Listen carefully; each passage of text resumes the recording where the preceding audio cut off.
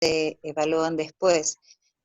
Pero sí quizás lo que uno puede ir haciendo ahora es, por ejemplo, con nuestra experiencia, lo que estamos haciendo como alumnas, quizás también como madres, pero bueno, sobre todo como alumnas, ir tomando nota de lo que va pasando, de cómo se va realizando, cómo se lleva a cabo, lo positivo, lo negativo, ¿no? Para después cuando acabe el proceso, ir viendo, de algún modo sacar conclusiones de lo que resultó, de lo que no resultó, ¿no? Quizás, porque me imagino que de algún modo, como que puede ser que continúe, digamos, que se utilicen las dos formas, o sea, que algunos también, no sé, quizás en alguna escuela diga, bueno, desde ahora vamos a tener las reuniones de padres por Zoom, así ninguno falta, no sé. No hace falta que vengan, pueden tener las reuniones de esa manera. O quizás algún profesor que diga, bueno, vamos a tener una clase extra por una plataforma y la vamos a hacer tal día y tal hora, que es fuera del horario escolar, por ejemplo. Entonces, digo, quizás lo que se podría ir haciendo ahora, yo trato, no, es muy difícil, pero como de ver incluso qué situaciones que por ahora se deben tener en cuenta para comprender. Y obviamente que igual, para que esto se pudiera, como en otros países que están más desarrollados, llevar a cabo, hay que tener un conjunto de materiales y herramientas que no tenemos ahora, por las que no estamos preparados, ¿no? Realmente. O sea, creo que en nuestro país no estaba preparado para que esto se lleve a cabo, porque hay muchas diferencias. O sea, hay realmente familias que con un celular, yo lo veo por la experiencia de mis hijos más chiquitos, ¿no? El compañerito que tiene un solo celular para todo, para hacer la tarea, la mamá para comunicarse, para su trabajo, para la abuela, es un celular solo. Y es muy difícil de repente. Y Sí. también, así como también debe haber, por ejemplo, un día encontré un material de una conferencia en la que no me acuerdo el nombre, sé que se llamaba como el economista Pratt Gay, la señora, y ella hablaba, bueno, daba ideas de cómo se podía preparar el Zoom, que tenían que tener en cuenta los docentes, pero sobre todo se decía, esta es la gran oportunidad de nuestra vida, esta es la gran oportunidad para todos, y qué sé yo pensaba, no sé si para todos es la gran oportunidad, porque no todos están preparados, hablará para un grupo exclusivo, un grupo que sí, porque decía, si no pasaba esto, si no pasaba lo de la pandemia, no nos dábamos cuenta de que podíamos llevar a cabo esta forma de hacer escuela, de educar y de aprender. Pero también habrá que replantearse si dentro de qué concepciones está esta forma de hacer escuela y si queremos hacer escuela de esta manera. Esta es otra cuestión, esto es todo un modelo también el de hacer escuela de esta manera y bueno, chicas, en YouTube tienen un montón, sí, cuando tengan tiempo de gente que está pensando, más que pensando no se puede estar en este momento, pero que van, digamos, como tirando algunas ideas y puede estar la corriente, digamos, de pensamiento pro,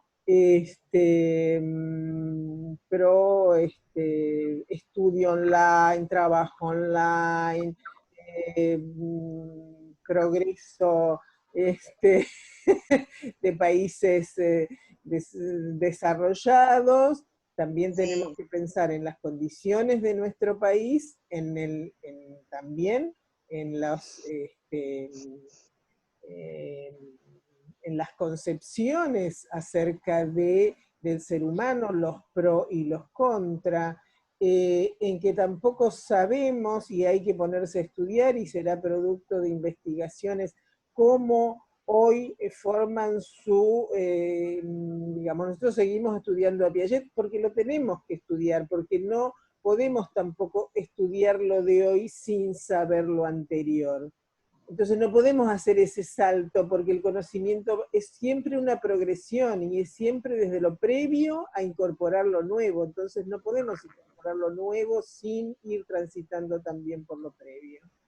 Entonces no sabemos cómo hoy construyen su conocimiento los niños en toda esta era digital. ¿Lo construyen de la misma manera? No, ya hay muchos que hablan, bueno, de un pensamiento analógico, de un pensamiento digital, pero esto no está investigado como para, y es cierto bueno, que podríamos colaborar mucho más todos, pero en procesos de investigación. Esto es otra diferencia muy importante con los países más desarrollados.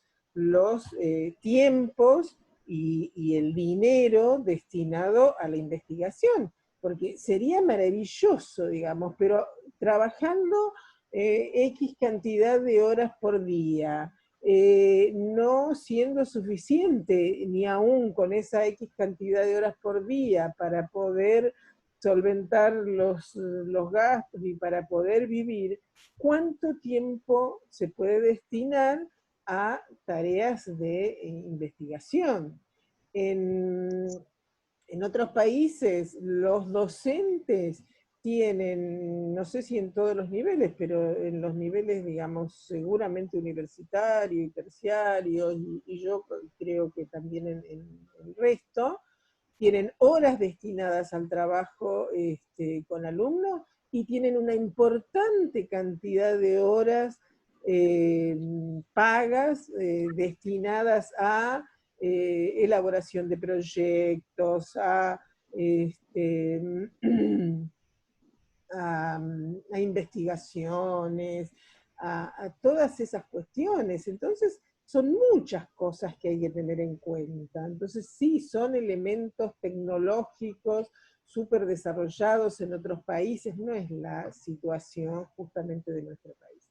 Más allá de todos estos elementos súper desarrollados, esto también acarrea una forma de vida y acarrea ganancias y acarrea pérdidas. Entonces, hay mucha gente que está hablando hoy de estas cosas. Entonces, digamos, esto sí es un beneficio que uno tiene mucho acceso a la información, mucho acceso a través de estos medios. De conferencias, todos estos pedagogos, Inés Dussel, Silvia Duchaschi, no sé, la misma Norma Filidoro, muchos están hablando hoy de estas cuestiones. Pero, ya les digo, todos hablan de estas cuestiones pensando desde lo anterior que venían pensando. Entonces es muy difícil. Yo creo que sí que se puede incluir, yo creo que en el segundo cuatrimestre, cuando empecemos a tener, digamos, el proyecto que tenemos es que tengan entrevistas, como no se van a poder hacer en forma presencial, que sean por Zoom, pero con gente que está trabajando en escuelas y con gente que está trabajando en salud. Y bueno, la gente que está trabajando hoy en escuelas, obviamente que el trabajo que hoy tienen que estar haciendo los equipos no tiene nada que ver con el que se hacen en condiciones normales. Entonces, algo de esto seguramente se va a trabajar. El trabajo que se está haciendo en salud también, justamente ayer conversé con una psicopedagoga que trabaja en el Centro de Salud Mental, estamos viendo cómo coordinar estos encuentros, y bueno, yo le preguntaba cómo hacían, digamos, en este momento con el trabajo, y me decía, bueno, lo estamos haciendo así, en forma virtual, pero bueno, es muy difícil, es otro trabajo diferente, y tampoco, a ver, uno puede ir contando y relatando algo de esta experiencia, pero no hay conocimiento aún de esto. Yo les puedo decir, yo también estoy atendiendo a algunos chicos en forma virtual. Y uno va armando sobre la marcha. ¿Arma de la nada? No, arma de lo que uno ya tiene. Pero teniendo que inventar y construir ahí sobre la marcha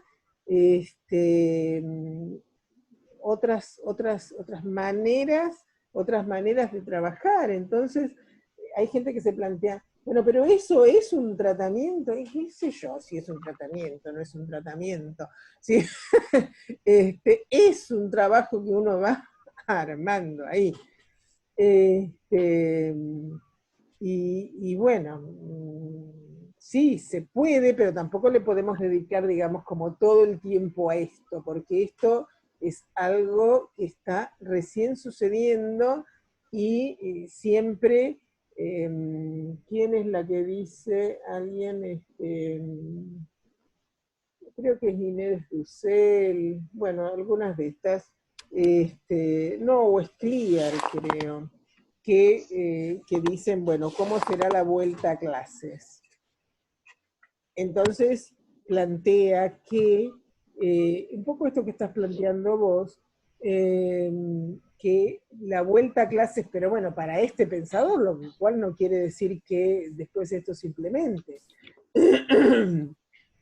Decía, la vuelta a clases no tendría que ser para que los chicos den cuenta y se les tomen los exámenes que no se pudieron tomar en forma online, y para hacer un registro de los contenidos que fueron aprendiendo este año. Habría que trabajar intensivamente qué les estuvo pasando, cómo transitaron, qué cosas aprendieron de vida, digamos, y de toda esta situación, cómo la vivieron. Y bueno, tendríamos, dice, que escribir sobre todo esto, que quede registro, que quede historia, no como algo que, bueno, fue como una pausa en la vida, digamos, en muchos sentidos, y después se volvió a la normalidad.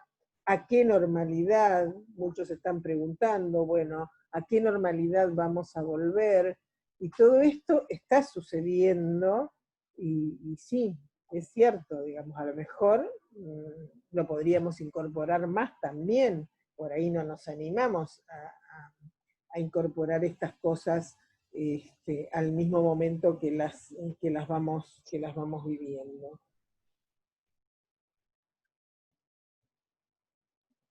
Lo cual no quiere decir... Y yo pensaba Sí. en la conclusión que sacó Rancière cuando terminó, digamos, su dificultad. Quizás después de un tiempo haya alguna conclusión así como la que tuvo él y que después fue escrita, ¿no? Frente a la imposibilidad del idioma, lo que sucedió cuando les dio el libro, ¿no? Y bueno, quizás haya que después ver qué Seguramente. descubrimiento se hace. Sí, sí, seguramente, pero esto es siempre como un momento posterior, el de la conceptualización, porque uno en el momento sí puede ir haciendo ciertos registros, Es lo mismo que cuando uno vive, porque acá estamos viviendo una situación de, a ver, como cuando uno está, no sé, imagen se me puede ocurrir, uno está en un barco o en un avión y hay movimiento, en ese momento uno qué puede registrar, sensaciones de lo que le está pasando. Ahora después puede articular ideas y hacerlo eso transmisible para otros. Pero para hacerlo transmisible es todo un proceso, desde estos primeros registros de esta vorágine que estamos viviendo y que no entendemos y que, bueno, y que ahí vamos y venimos y desandamos y todo esto, y seguramente que de todo esto después se elaborará conocimiento, seguro. Tampoco yo descarto esto que vos decís, que en el mientras tanto también tendríamos que incluirlo más, que no sigamos como todo el tiempo viendo otras cosas sin incluirlo, que me parece que es lo que vos estás planteando. ¿Qué piensan los demás? A ver, acá María Gabriela trajo un tema. Yo creo, profesora, que bien como se está planteando, me parece que después que pase esto, por supuesto que va a haber nuevas conceptualizaciones, porque esta, como bien lo dijo usted, es una nueva modalidad de aprendizaje y enseñanza, ¿no? Que llegó de una forma abrupta a consecuencia de otra situación abrupta, o sea que eso también influye muchísimo. Entonces después, por supuesto que todo esto se va a estudiar, va a ser un modo de estudio. Yo les puedo decir un poco desde lo que me pasa a mí, que no tenía de esto absolutamente nada incluido. Eh, yo me imagino, no sé lo que va a pasar, me imagino que va a ser muy provechoso las cosas que pueda incorporar para mejorar lo presencial, pero que esto, lo que sí estoy segura, que esto no reemplaza de ninguna manera lo presencial y que no lo elegiría yo nunca, de eso estoy segura, que no lo elegiría como única opción. Que esto es una gran ayuda y son recursos que uno no estaba utilizando cuando ya los podía utilizar, y yo les puedo decir, en el caso mío no quería saber nada, yo decía, no, no, no, no, no. Y bueno, cuando cada vez que alguien intentaba o decía, no, pero mirá que yo estoy utilizando esto, tal cosa, tal otra, y es muy útil, no, no, no, yo a esta altura yo no voy a empezar con esas cosas. Pero no tiene que ver con a esta altura, tiene que ver con esta resistencia al cambio bueno, que muchos tenemos, quizá no todos, hay gente que es más abierta, en general los jóvenes están más predispuestos, a medida que va pasando los años, nos vamos como cerrando más. Igual hay que tener en cuenta que ahora, de repente, son un sostén importantísimo la familia, los que conviven con el niño, porque que ahora están dentro de todo, están saliendo a trabajar los que son imprescindibles, pero hay otras personas que están en su casa y están como para, de algún modo, por lo menos alentar a que el niño trate de hacer sus tareas, trate de quizás si tiene alguna clase virtual participar, pero en un mundo normal, digamos, eh, eso me parece como más difícil en ese sentido. Creo que no es como, o sea, en general la mayoría de las familias que conozco trabajan mamá y papá, ¿no? Entonces, ahora por esta cuestión de esta situación están en casa y pueden ayudar, pero el día que no estén, la verdad es que va a ser muy difícil que el nene solo, un chico solo en su casa pueda eh, cumplir con, es más, de hecho yo estoy acá y yo les di las indicaciones de lo que mis hijitos tienen que hacer, pero sé que están mirando los dibujitos y que ninguno está haciendo lo que le indiqué de la tarea que tenían que hacer. Entonces, yo les voy a pasar un video que es corto, será media hora, Yo creo que les había mandado el anuncio, pero no lo deben haber visto después ustedes, eh, que hicimos con las psicopedagogas que trabajamos en los centros de salud de SUTEBA. SUTEBA tiene un espacio, digamos, que se llama Docentes Conectados, donde hay un diagrama que se van pasando distintas cosas, todas online, este, desde que empezó la pandemia. Entonces, a nosotros, digamos, los que estamos en psicopedagogía, que son unos cuantos centros de salud distribuidos por el Gran Buenos Aires, nos habían propuesto, bueno, que tuviéramos una intervención en ese espacio, y bueno, la armamos entre los que conformamos este grupo, que somos 12 personas. La armamos así online, pensando, digamos, entre todos, pero bueno, después fueron 3 las encargadas de participar en ese espacio, 3 compañeras, que una de ellas es Sandra, que es la profesora que está en prácticas con los otros grupos de prácticas del segundo, y otras 2 compañeras más. Y justamente ellas hablan ahí, digamos, de esta situación del aprendizaje de los niños en estos momentos. Era el aprender, el título era algo así como aprender en tiempos de pandemia, una cuestión así, y donde, bueno, se tocan estos temas de las familias, de los niños, de los maestros, bueno, de todo este cambio abrupto que se daba en este momento, ante el cual, bueno, nos encontramos todos como muy desconcertados, sobre todo en un principio, y bueno, después ahí se empezó a transitar como se podía. Pero bueno, yo no quiero dejar a Normita, ¿eh? No, no. Yo en realidad hice un comentario mientras se iban, como estaban Bueno, en silencio al comienzo.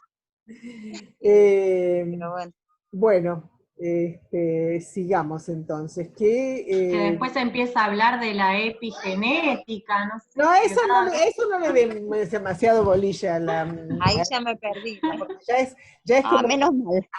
es como muy específico, porque habla ahí del fenotipo y del genotipo, y hace todas unas comparaciones que, bueno, a esto no le den tanto. Sí, me parece que hay que... Bueno, pero está bueno que ella en realidad lo que dice es que por qué la maestra pone en, ¿cómo se llama lo que ellas escriben? Ay, se me fue la palabra. Informe. En el El informe, informe. gracias Mariana, no me salía informe. En el informe pone que, pone, digamos, el problema que tiene, digamos, clínico, ¿no? Pone que, no sé si es TEA, algo así, pone, y ya va eso. O sea Claro, que un entonces en el diagnóstico. informe, claro, porque en el informe entonces hay que poner, por ejemplo, dice como ejemplo, hay que poner cuánto le dio el resultado de un electrocardiograma, o hablar de la parte genética también, entonces, ¿por qué? O sea, hace esa Claro. comparación que está buena. Sí, perdón, Eso, hola. Pero en hola. realidad, Filidoro lo que dice, lo plantea a partir de eso que ella pone, ¿qué ves cuando me ves? Sí, ¿No? Que hay que aprender, lo que tomé yo, lo que en sí. ese ratito que vi de video, esto, de que tenemos la opción de quedarnos con ese informe que leemos o aprender a ver a partir de ahí. Es lo que interpreté yo. Claro, en ese informe, Claro, no quedarnos con la mirada de una sola persona, ¿no? en ese informe se trasluce una manera de mirar a un niño. Entonces, uno puede mirar a un niño, por ejemplo, ella da también un ejemplo de niños con síndrome de Down.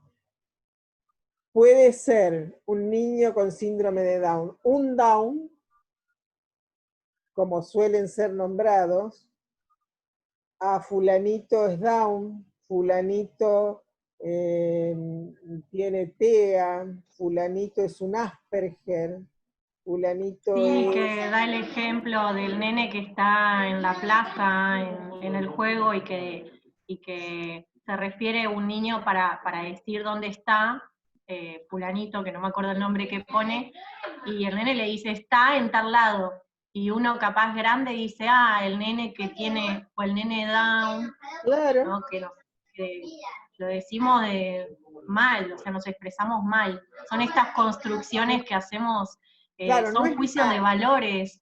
No, Es hasta un... pero no es mal, No, es desde un tipo de mirada. desde un tipo de mirada que se construyó en Sí, la sociedad. está Es algo bien, que se hizo cultural, sí, lamentablemente, y que por eso, recién pero por eso es... ella insiste tanto en los posicionamientos, ¿dónde estamos posicionados?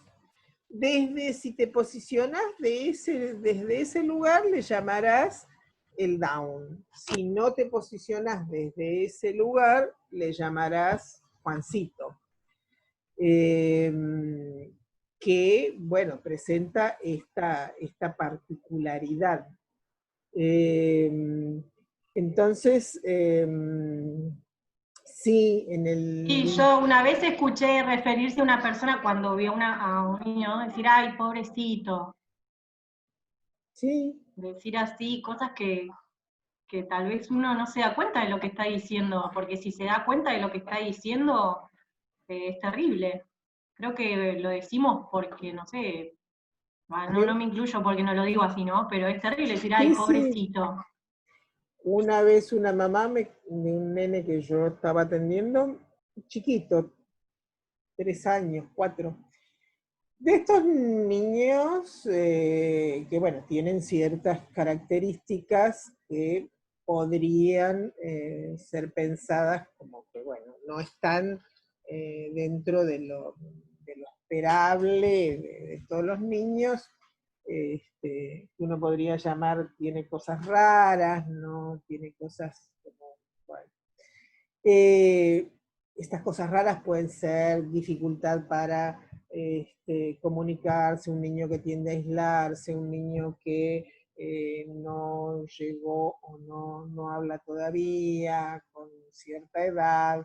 eh, y bueno, este chico ya había empezado en un jardín, en poquito tiempo, pocos días o de que había empezado ya le dijeron que no podía seguir en ese jardín. Bueno, después estaba en otro, y un chico que tenía mucha dificultad para la socialización, para compartir, para el lenguaje. Entonces, cuando me contaba la mamá que en, en el recreo, a la entrada, o digamos, en un lugar de patio era, que una maestra que no era la maestra tampoco del nene, le dice así, le dice, pero mamá, ¿a vos nunca te dijeron que tu hijo es autista?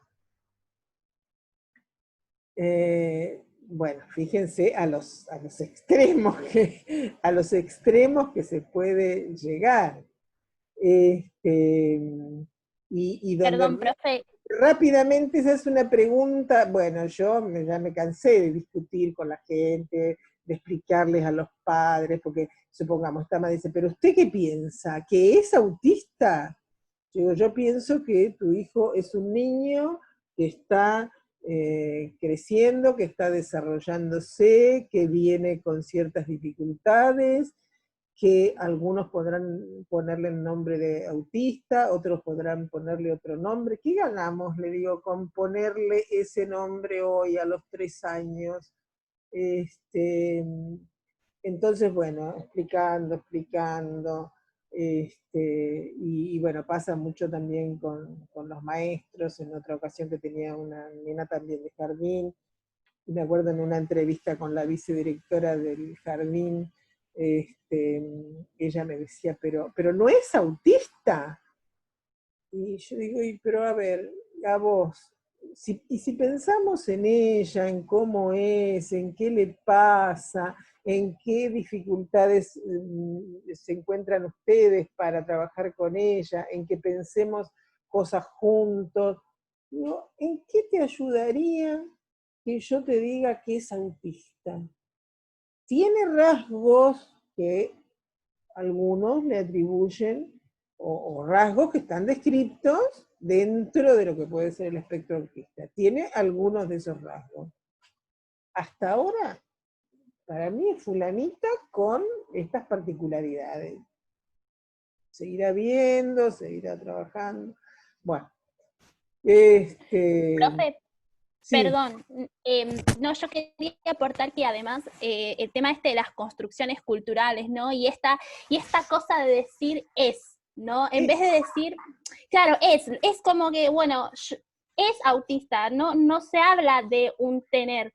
En algún momento yo he escuchado la diferencia entre ser y tener, ¿no? Como que el ser es parte de la esencia de ese niño o ese sujeto, y cómo esas construcciones tienen un peso increíble y súper relevante. La identidad de un niño, en cómo va a formar Claro, su identidad, sí. claro, inclusive Filidoro habla, ¿no? De esta cuestión de la mirada del otro y del posicionamiento del otro. Está en el ejemplo ese que a mí me encantó, cuando ella muestra los dos informes, ¿no?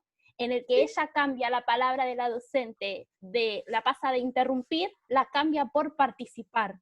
O sea, ese mínimo cambio cambia la posición del sujeto dentro de esa trama, ¿no? Y cómo muchas veces se termina encasillando al niño y se termina haciendo, o sea, la patología que pueda llegar a tener o el problema que pueda llegar a tener lo identifica o lo caracteriza.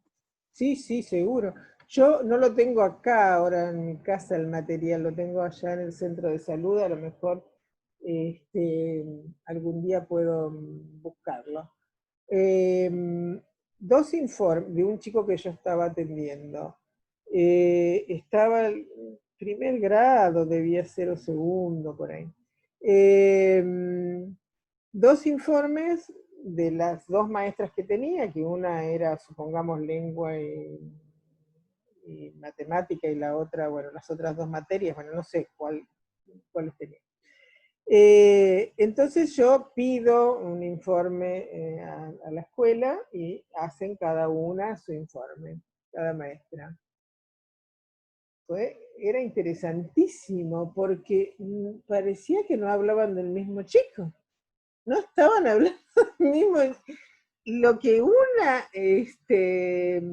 la mirada hacia ese niño de una maestra era totalmente diferente a la mirada de la otra maestra. O casualidad, este niño, más bien que no sabía de este informe ni de cosa por el estilo, tenía un buen vínculo con esta maestra que tenía esta mirada, digamos, positiva hacia él, o de alojarlo, de darle lugar, y tenía muy mal vínculo con la otra maestra. Pero bueno, nunca me había pasado así tan tajante estas dos miradas. Bueno, estas miradas están desde la docencia, desde la psicopedagogía, desde cualquier, digamos, desde la medicina, desde cualquier lugar donde uno trabaje con lo humano. Es que justamente de eso se trata la complejidad, ¿no? Es lo que hablábamos, lo que venimos hablando hace varias clases, ¿no? Esto de los posicionamientos. Yo estoy tratando de sacar de mi vocabulario la palabra mal, porque, no sé, es como que para mí algo está bien o está mal, y en realidad claro, no es así. Por eso yo le decía cuando intervino Nancy, no sé si es mal, es un posicionamiento, que uno puede no elegirlo y estar en desacuerdo, pero bueno, me parece, como vos decís, Mariana, que el bien y el mal no nos ayuda para diferenciar los posicionamientos. Claro, porque hay tantos matices y tantas historias, tantas experiencias que uno va entrecruzando, que es imposible pararse desde un punto y decir, no, esto está mal y esto está bien. Obviamente va a haber posiciones que quizás sean más acertadas que otras, no sé, eso se verá, supongo, a lo largo de la práctica, Y pero, uno, pero bueno, uno considera, sí, claro, que algunas son más acertadas y uno elige. Es muy difícil no elegir. claro, Sí, claro. es que yo desde mi punto de vista creo que es necesario. Vieron ahí que Norma Filidoro dice que bueno, eh, y cada uno, como que hay distintos posicionamientos y cada uno, bueno, elegirá desde dónde. Ella dice, lo que no podemos permitirnos es no saber desde dónde estamos pensando, desde dónde estamos mirando, y pensar que desde cualquier lado se ve lo mismo. Claro, no, claro, inclusive ella también habla, ¿no? Desde posicionarse desde un punto de la ética también, que si bien, sí, es un posicionamiento, pero tiene que ver también con lo que el otro demanda y con lo que se demanda en el contexto también. A ver cómo lo pensás esto, Mariana. Y ella habla en un momento empieza a hablar de la posición profesional y habla de la ética, ¿no? Habla de realizar quizá un diagnóstico o una intervención psicopedagógica desde la ética. Y ella plantea, en un momento yo me anoté acá, que tiene que ver con responder al otro en una situación no predecible, inaudita, y tiene que ver con abrir espacios y tiempos para la inclusión. O sea, trabajar desde un posicionamiento prestándole atención a todo y prestándole atención a lo que el otro necesita que yo le responda. Claro, Desde mi postura, obviamente, ¿no? esa es su ética, Claro, digamos. claro. Ella considera que, porque ¿qué entiende uno por ética? Porque dice, bueno, es poco ético lo que está haciendo. Yo lo entiendo como algo, entre comillas, correcto, digamos, como que la ética yo lo entiendo desde ese lugar, como que la ética tiene que ver con algo correcto o algo responsable de uno. No, para Quizá mí me no, parece no que sería. tendríamos que por ahí rastrearlo en el diccionario Sí, bien. quizá, sí. Pero yo también me quedé pensando pero bueno, en ese momento no fui a buscarlo cuando ella habla de la ética. Porque como en otras cosas también en esto hay como, bueno, ciertas diferencias a lo mejor en distintas concepciones de la ética.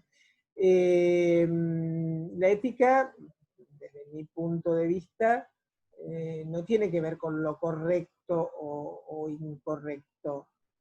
Tiene que ver más que todo con la coherencia con los valores, tiene que ver con valores la ética, con valores morales, sí, con principios.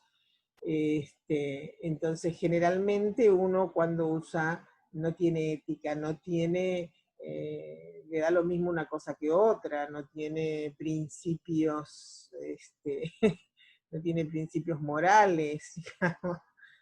Sería digamos, viejo, a quién pertenecía este dicho de que Maquiavelo, el fin justifica los medios. Bueno, entonces cualquier cosa podía ser permitida.